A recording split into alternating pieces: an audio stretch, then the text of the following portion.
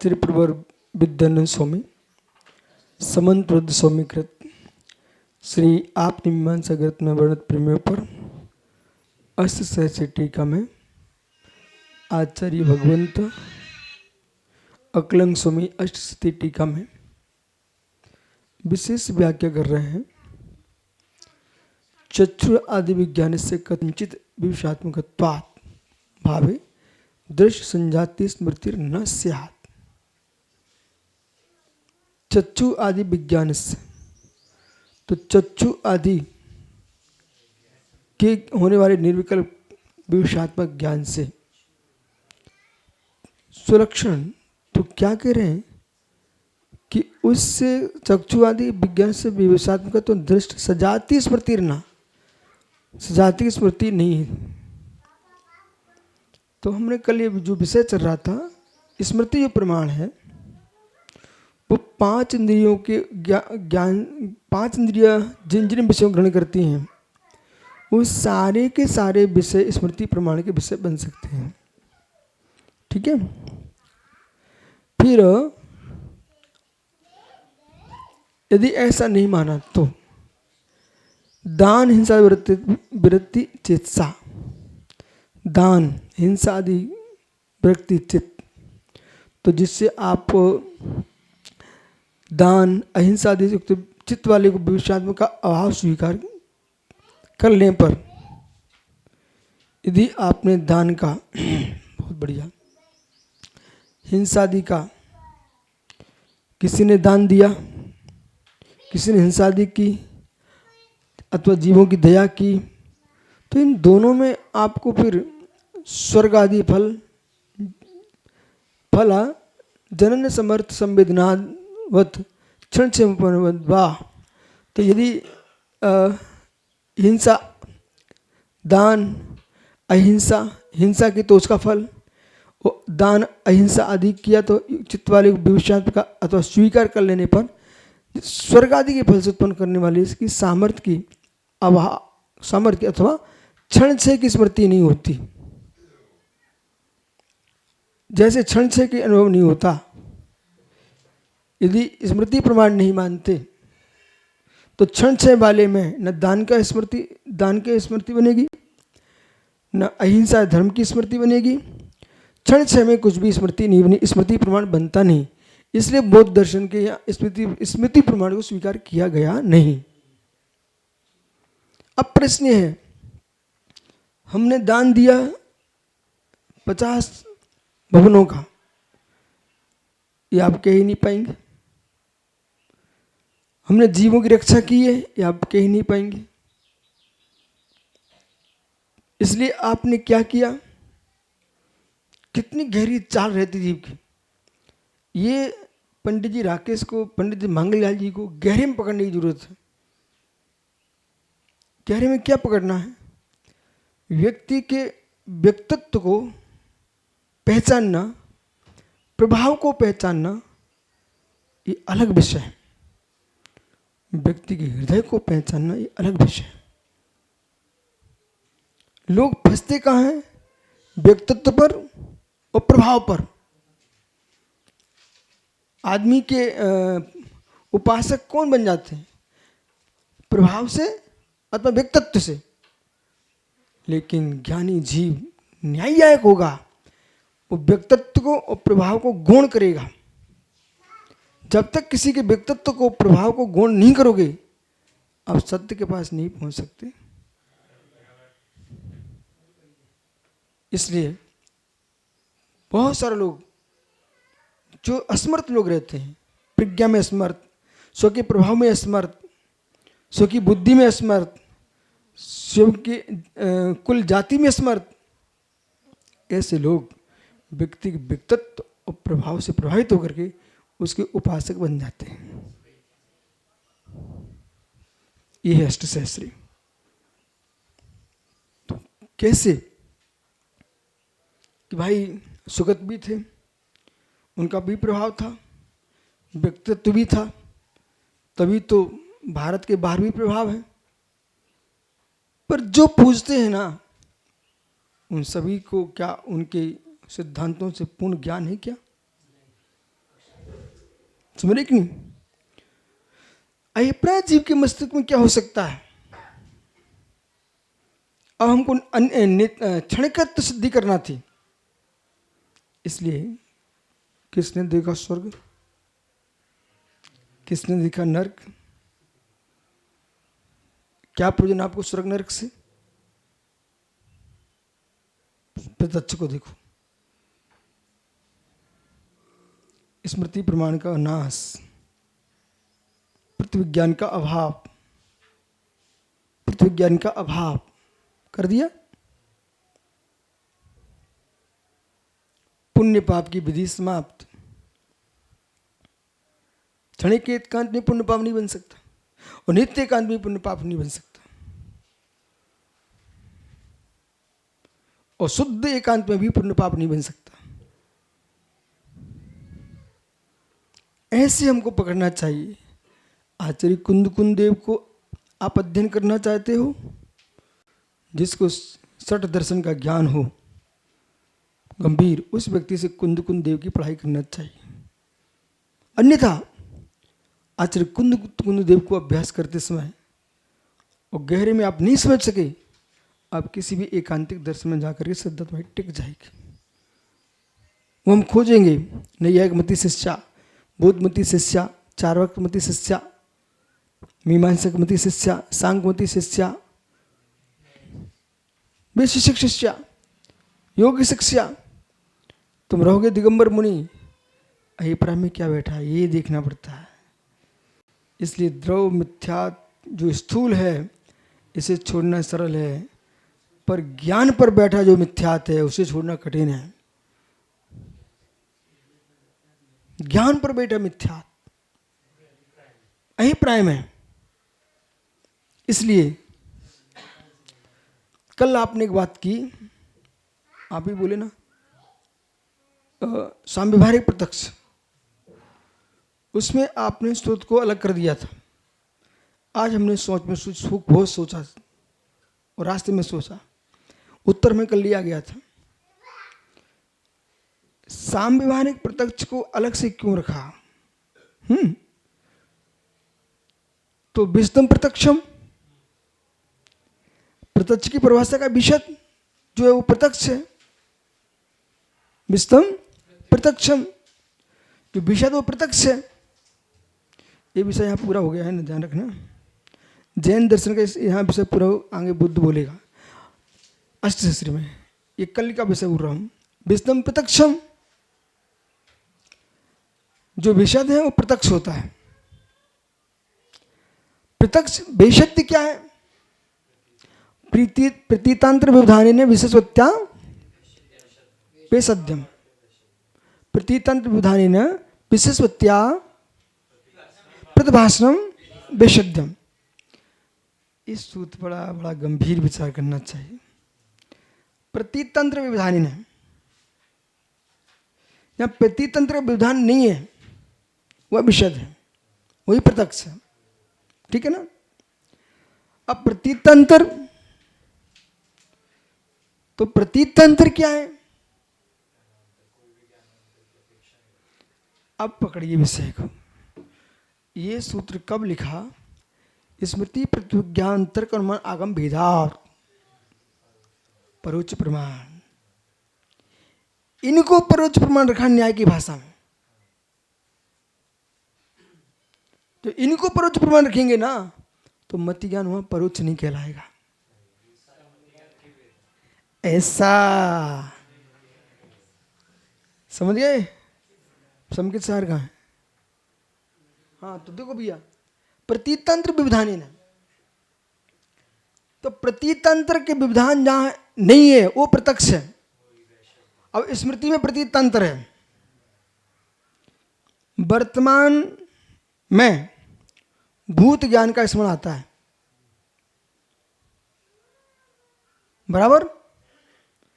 वर्तमान में भूत ज्ञान का सूत्र स्मृति, स्मरणम वो नहीं है, संस्कार वो नहीं ना, तदकार स्मृति।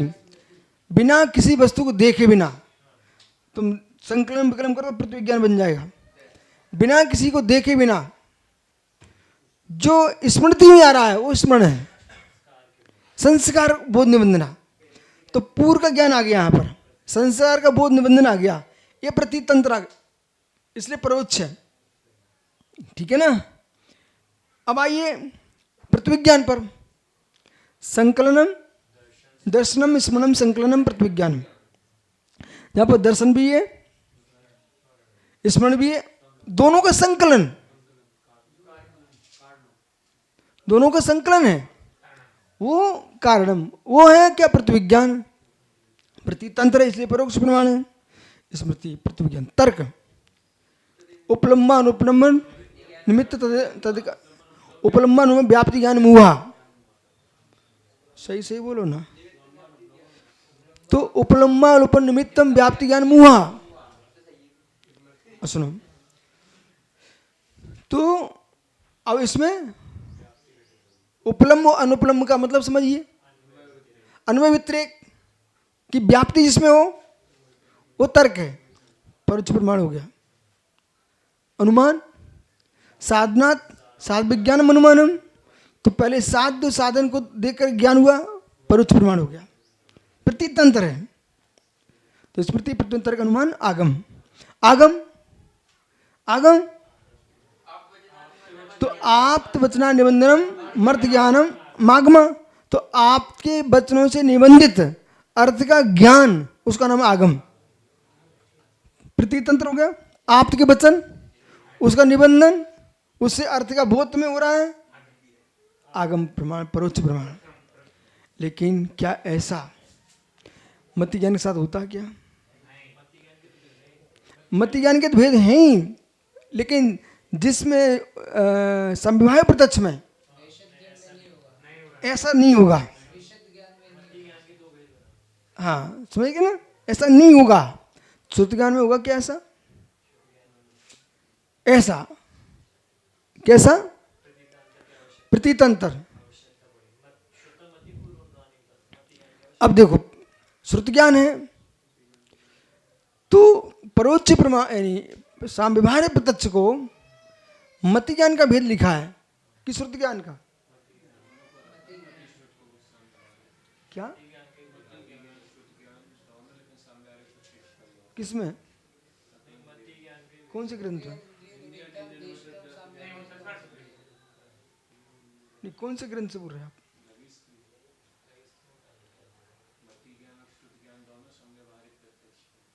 तुम कल वो लघिस्त्री खोल के लाना, ठीक है? क्योंकि परिचमुख जो लिखा गया है लघिस्त्री का ही सार है। कोई के पास है लघिस्त्री ग्रंथ? हाँ तो देखते तो पहले कल देख के लाना। परंतु अभी तक तदिंद्रिय निमित्तम देशता संव्यवहारिकम, तो ये उन्होंने इंद्रिय अनिंद्रिय के निमित्त से जो ज्ञान होता है मति ज्ञान होता है, उसे पूरक होता है श्रुति ज्ञान। तो उस पूरक होने से प्रतितंत्र जा रहा है, ठीक है ना? इसलिए श्रुति ज्ञान को परोक्ष में रखा है। श्रुति ज्ञान को वैसे परोक्ष दोनों ज्ञान हैं, पर समन्वय प्रत्यक्ष की दृष्टि से। अब अन्य आचार्यों दृष्टि में जाते हैं। मति स्मृति संज्ञा चिंता इथनर्थांतरम, उमा स्वामी महाराज ने इनको पर्यायवाची लिखा। सिद्धांत साहित्य पर्यायवाची है, तीनों मति है, लेकिन न्याय की अपेक्षा से न्याय शास्त्र में इसको अलग से गिनाया है। तो प्रतितंत्र इसलिए परोक्ष प्रमाण के भेद में रखा। तो अब परोक्ष ग्रहण है, मननम मति चिंतन स्मरण स्मृति, ये क्या है? एक व्युत्पत्ति रूप है। तो अब श्रुति ज्ञान में मति ज्ञान का सारा है। सुनो पहले, प्रथम बार, इसके बाद श्रुत से भी श्रुत होता है, वहां पर मति ज्ञान की आवश्यकता नहीं पड़ती। अब तो जो द्रव्य संग्रह में लिखा है वो हमारी आंखों के सामने है। वो यह मति ज्ञान पूर्वक आत्मानुभूति लिखी है, और प्रत्यक्ष के असर का है साम विभाग प्रत्यक्ष लिखा वहाँ पर। पंडित जी प्रमाण ध्यान रखना, और कल द्रव्य संग्रह लेके आना तो अपन पंडित जी को दिखाएंगे, ठीक है। अब चलते हैं, अब ठहरिए।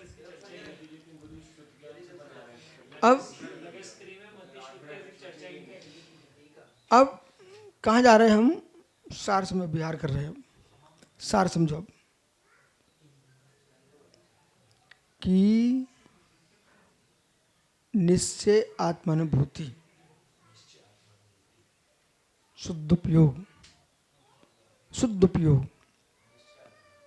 जिनको समझ में नहीं आ रहा, मन नहीं लगा, शांति मौन से बैठे रहो। नहीं, आपको तो लग रहा है समझ में। आप विश्वास मानिए, आप लोगों की आंखें भी हिलती ना तो हमको डिस्टर्ब होता है। मुख से जीभ हिले तो कठिन बहुत बेकार है। आंखें भी तुम इधर हिला रहा है ना सिद्ध सागित, तब भी विघ्न हो रहा है। ठहरिए, आप रुको। क्या है, इतना अमूल्य विषय है कि घूरे की कलींदे खाने वालों को क्या स्वाद आएगा रबड़ी का। घूरे के कलींदे, इस शब्द का प्रयोग कर रहा हूँ।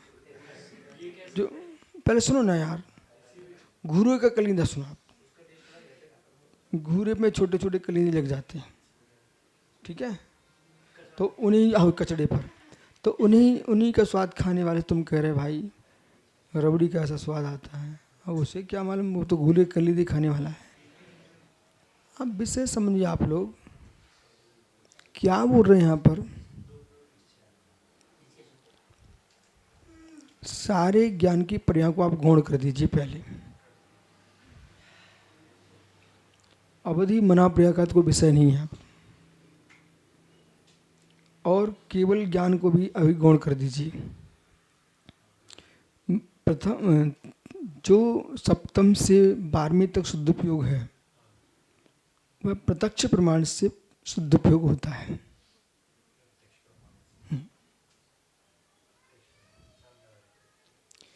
अब उस जिसको ब्रह्मदेव सूर्य ने साम्यव प्रत्यक्ष शब्द का प्रयोग किया, प्रत्यक्ष प्रमाण से आत्मानुभूति होती है, तो बहुत सारे व्यवहारी विद्वान सुसंवेदन आत्मानुभूति मानते नहीं, वे 13वें गुणस्थान में स्थिति मानते हैं। वो शुद्ध आत्मानुभूति केवल ज्ञान, केवल दर्शन की दृष्टि है। परंतु यहां जो शुद्ध आत्मानुभूति हो रही है वो ज्ञान कोई भी हो, आत्मा का धर्म है, आत्मा का लक्षण है, आत्मद्रव्य का लक्षण है, वो आत्मभूत लक्षण है। ज्ञान आत्मा के बाहर की वस्तु है नहीं, इसलिए जो जो ज्ञान से जाना जाता है वो आत्मा से जाना जाता है। जो जो जाना जाता है वो आत्मा से जाना जाता है, आत्मा ही जानती है। जब गुड़ गुड़ी में अतद्भाव करते हैं तब ज्ञान को कर्ण साधन बनाते हैं। गुड़ गुड़ी में हम अधिकरण की दृष्टि से अधिक अतद्भाव देखते हैं तो भेद करते हैं, वो तद्भाव देखते हैं तो आत्मा ही है। इसलिए पर भाव शून्य निज भाव में स्थिर आत्मा संवेदन आत्म प्रत्यक्ष से ही होता है। ये अध्यात्म दृष्टि है। ये कौन सी दृष्टि है? ये अध्यात्म दृष्टि है। आगम में जिसको परोक्ष कहा जाता है, सिद्धांत में परोक्ष कहा जाता है, अध्यात्म भाषा में उसे प्रत्यक्ष कह रहे हैं। ऐसा जानना शेष आगे विचार करेंगे। नमो रेंता नमो सिद्धा नमो हरिणो